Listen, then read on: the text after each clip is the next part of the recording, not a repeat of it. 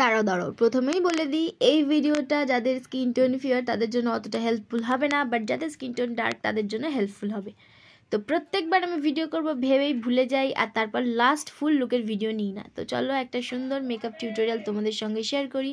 প্রথমেই আমি সিরাম লাগিয়ে নিয়েছি লরিয়াল প্যারিসের, তারপর ময়েশ্চারাইজার লাগিয়ে নিয়েছি, তারপর এটা একটা প্রাইমার যেটা আমার অর্ধেক শেষ হয়ে গেছিলো, সেটা প্রত্যেকটা প্রোডাক্টই শেষ হয়ে গেছে। তো এটা পিএসির একটা ফাউন্ডেশন, খুব ভালো ফাউন্ডেশন। তো একদম অল্প কোয়ান্টিটিতে নিয়ে আমি পুরোটাকে সুন্দর করে ফুল ফেসে ব্লেন্ড করি, অ্যান্ড দেন তারপর একটা লিপস্টিক নিয়ে আমার গালগুলোকে লাল লাল করার জন্য দিয়ে দিই। এইভাবে যদি তোমরা করো না তাহলে দেখবে ব্লাশটা অনেকক্ষণ টিকবে। তারপর একটা লুজ পাউডার দিয়ে পুরো ফেসটাকে সেট করে দিই। দেওয়ার পরে আমি হালকা নোজ কন্ট্রোল করে নেবো। যাই হোক, আমার নাকটা ভোঁতা থ্যাবড়া, তার জন্য তো যাদের নাক ভোঁতা থ্যাবড়া তারা তো অবশ্যই করতে পারো। আর তোমরা যদি ফাউন্ডেশনের শেডটা জানতে চাও আমাকে অবশ্যই কমেন্ট করো। আর তারপর আমি এখানে একটা হাইলাইটার লাগিয়ে হালকা করে আমার আইব্রোটাকে ড্র করে নিয়েছি, যদি আমার আইব্রোটা অনেক সুন্দর।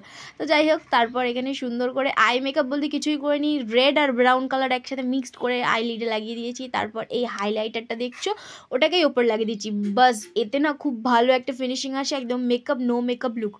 আর আমাদের ডার্ক টোন যাদের, তাদের অতিরিক্ত মেকআপে ভালোও লাগে না। তো আমি এখানে করেছিলাম মেকআপ নো মেকআপ লুক। তারপরে লাইনের কাজল কিছুই পরিনি, আমার যেন কেমন একটা বেশি বেশি লাগে ওটা। তো তার জন্য হালকা করে মাস্কারা পরে আমি সেটিং স্প্রে করে নিয়েছি। নেওয়ার পরে আমার একটা লিপস্টিক ব্রাশ, যেটাতে কী লিপস্টিক ছিল আমি নিজেও জানি না, মানে ওটা দিয়ে আমি সব কালার লিপস্টিক পরাই সবাইকে। তো সেটারই একটা মিক্সড কালার হয়ে এত সুন্দর একটা কালার এসেছিলো। তো তোমাদের এই টিউটোরিয়ালটা কেমন লাগলো আমাকে অবশ্যই কমেন্ট করে জানিও। ভিডিওটা ভালো লাগলে লাইক করো, শেয়ার করো, সাবস্ক্রাইব করো। চলো আজকে জন্য বাই।